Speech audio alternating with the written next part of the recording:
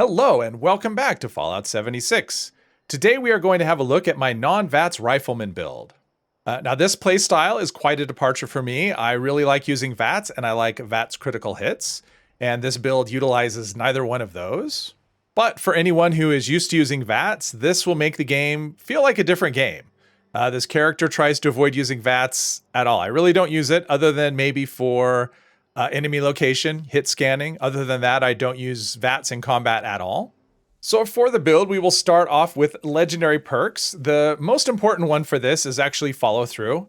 That second and third shot and any other shots after, well, usually there's not a third shot. So that second shot really does quite a bit more damage with this perk.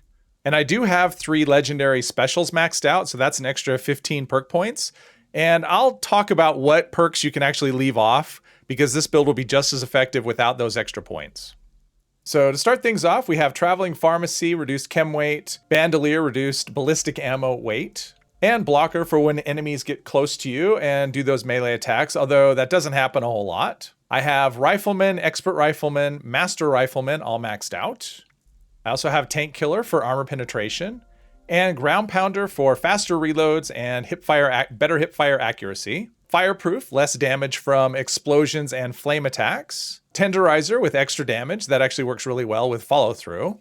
Gunsmith, so our guns break slower. Batteries included because I do use energy weapons as well, and that ammo can be quite heavy, so this will reduce the weight of that. Demolition Expert actually won't come into play at the moment. So we have Adrenaline for extra damage against multiple enemies. Escape Artist, this is a stealth build, so Escape Artist is important, as is Sneak. Covert Operative for extra sneak attack damage. Mr. Sandman for extra sneak attack damage at night. Action Boy really isn't needed, but I had 1 extra point, and I really wanted my agility to be at 15, so that's basically a filler perk. Bloody Mess for extra damage. Tormentor for a chance to cripple a limb with a rifle attack. Class Freak to reduce the downside of our mutations. Starch Genes to hold on to those mutations. And Good with Salt to keep our food from spoiling, although we don't really make use of food. This is basically a leftover perk that I have. So as far as things that you can leave off of this build, if you're someone who is, say your character's lower level and you don't have access to legendary special points, you can keep on.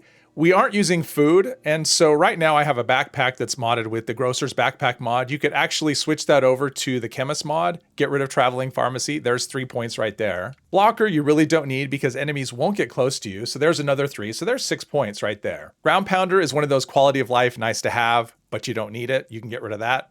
So there's 9 points. Good with Salt, we're not using food, you can get rid of that. And Class Freak, we're not really concerned with the downside of our mutation, so we could actually get rid of that, and there's your 15 points that you could leave off and be just as effective. Now, as far as mutations, there's really only, I guess there's 3 of them that we care about. Speed Demon, faster reload speed, that's really important. Faster movement speed is nice. Herd Mentality, extra special points for the most part don't matter except in agility because we do want to be as stealthy as possible. And then Bird Bones for that extra agility, like I mentioned. Eagle Eyes, that's a VATS for, that's only useful in VATS, so we don't really need that. Herbivore doesn't really matter because we're not making use of food buffs at the moment with this build. Now, as far as armor goes, we have a set of Covert Scout because it is a stealth armor. And there really isn't anything special about any of the pieces. It's basically a miscellaneous assortment. But the mods do matter. So on our arms, we are using the Stabilize mod. And what that will do, we have the Stabilize mod on both arms. And with that, it means that when we're aiming down a scope, the gun doesn't move. We don't have to hold our breath to keep the gun steady. And this is what I'm talking about. So I've removed the arms, and you can actually see this is what happens when you when you're not holding your breath and you don't have anything to keep it stable. Yeah, it just comes bouncing around like this. It makes it harder to aim. But when we equip those mods, it's dead steady, and we don't have to hold our breath, so we can do this for as long as we want. Say you're using armor and you don't want to use those mods, or you don't know the mods, you can use the Sniper perk, and it actually does the same thing. So you would switch out Ground Pounder, put in the Sniper perk, and it's going to give you the exact same effect. Now, we are onto the weapons. We'll actually be using 3 different guns, and therefore different scenarios. Now, this is our long-range sniper that we're using. This is actually long shot. It's a named weapon. It drops from mutated party packs. I was using something different, and this actually dropped for me today. And I played around with it a little bit, and I really like it. So it is a hunting rifle. that gives you, it's instigating, so 100% damage or double damage against targets with full health, plus 25% damage while aiming. And then the last one, stealth field, third star doesn't really matter a whole lot. Now we have primed it, and that really adds quite a bit to the damage on a hunting rifle. It actually puts it ahead of the lever action. The candidates for me were actually lever action, hunting rifle, or Gauss rifle. Gauss rifle does quite a bit more damage. It basically came down to feel. Since I am manually aiming, how the gun feels is really important. And I've always liked the hunting rifle, and that's the main reason I went with it. Even though it has kind of the slowest fire rate, it has the most recoil. I just like how it feels. So in addition to the prime receiver, we have stabilized barrel and stock, and that cuts down on the recoil a little bit, not a ton, but a little bit. Perforating magazine for extra armor penetration. The short scope, I find that's the easiest to use. Suppressor for sneak attacks, and a camouflage paint because I think it looks cool. Now this is our mid-range and cluster of enemies. So usually what happens is you start sniping a group of enemies, and eventually they become generally aware of the direction where you are, and they start heading your way. And so when they start coming in groups and they get a little closer, I switch over to the handmade, and it's holds more rounds than a hunting rifle. It has almost no recoil, and you can fire as fast as you can pull the trigger. So this particular one that I have is anti-armor, faster fire rate, faster reload. It's very nice for this purpose. I have it primed, although a hardened receiver would work just as well. The only reason I primed it is I happen to have some 5.56 ultra sights sitting in my stash, so I figured why not? Again, I have it stabilized barrel and stock to cut down on recoil. Perforating magazine, I'm just kind of going all in on armor penetration with this. Reflex sight, suppressor, and the matte black paint because I like it. And finally, we have our, in case of emergency, break glass weapon.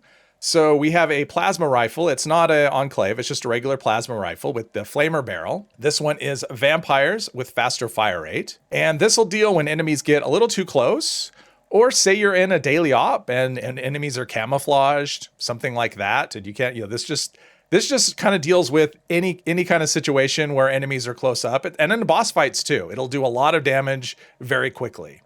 Now, what I like best about this build is the challenge. If you are used to VATS like I am, and yeah, cool. If used to VATS like I am, manual aiming can be super challenging.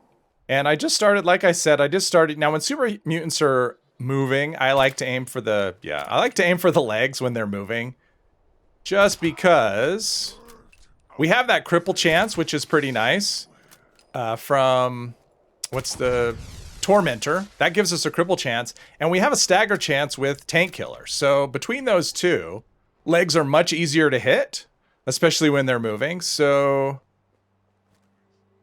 and yeah, their heads are so small.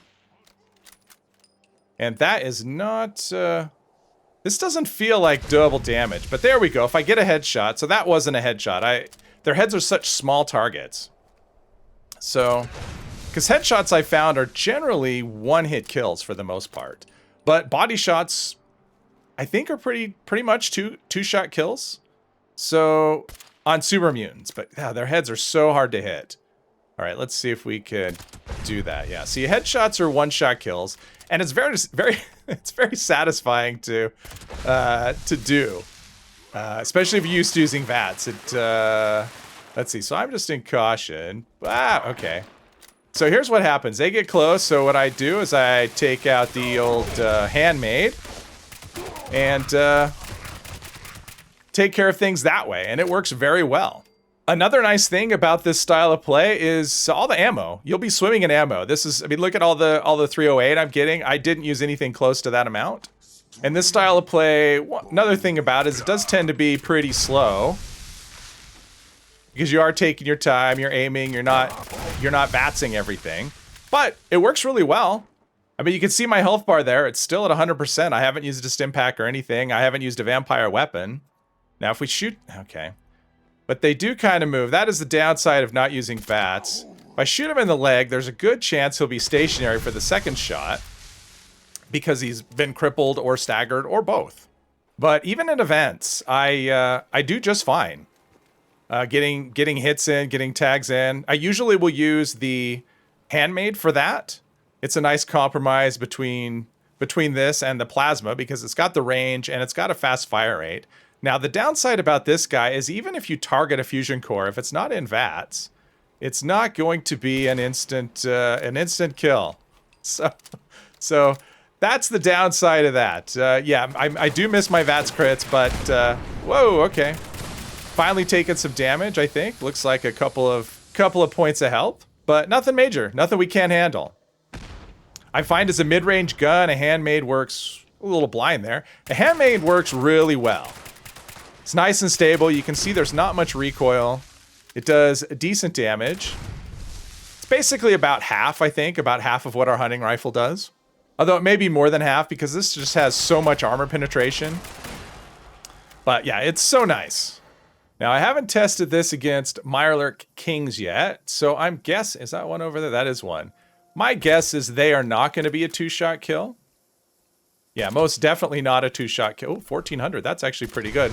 And that's the power of follow-through. Actually, 3 shots. I didn't think it would go that quickly, so that's actually pretty good. 3-shot kill with no VATS, no criticals. That's pretty nice. But we will reach a point where we're going to have to break out our emergency break glass kind of... yeah, against the shell... Not so much, but headshot's nice. Don't usually use the scope for close-up enemies like this, but we are so stealthy that we're able to stay hidden. But let's see how we do against a Mirelurk Queen. Let's see here. Well, 200 damage, and then a follow-through is 800 damage. That's actually pretty good. Now, my plan was actually to go to the Flamer. We don't really need to. We're staying hidden. Yeah, we're getting hit with stuff, but we're staying hidden. So let's see how the Flamer does against her. And this is just regular non-enclave. Wow, that's doing all right. And it's vampire, so our health is staying put. Wow, that was pretty easy. As you can see, pretty much any situation so far, we're doing just fine. All right, let's see what our big green friend will do. Yeah, I don't know. I'm not necessarily convinced that we're getting double damage. Maybe we are. But I don't know about that damage while aiming because we should be getting double damage and 25% damage while aiming. Well, that's a nice second shot, though. Follow-through works really nicely. But yeah, our stealth is pretty good. 1400 on a headshot. See, that's pretty good for no crit. What did that? It took us 4 rounds. So not bad. Not bad at all. And there you have it. My non-VATS Rifleman build. I find this to be very versatile so far. I haven't run into any situation that was a problem. I just have to pick the right weapon.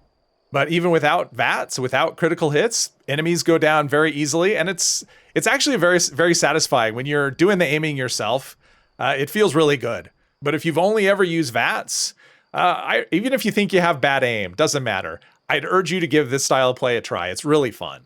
Hopefully you enjoyed this video. If you did, please hit one of the buttons down below, and I hope you'll join me in the next one. Thank you very much.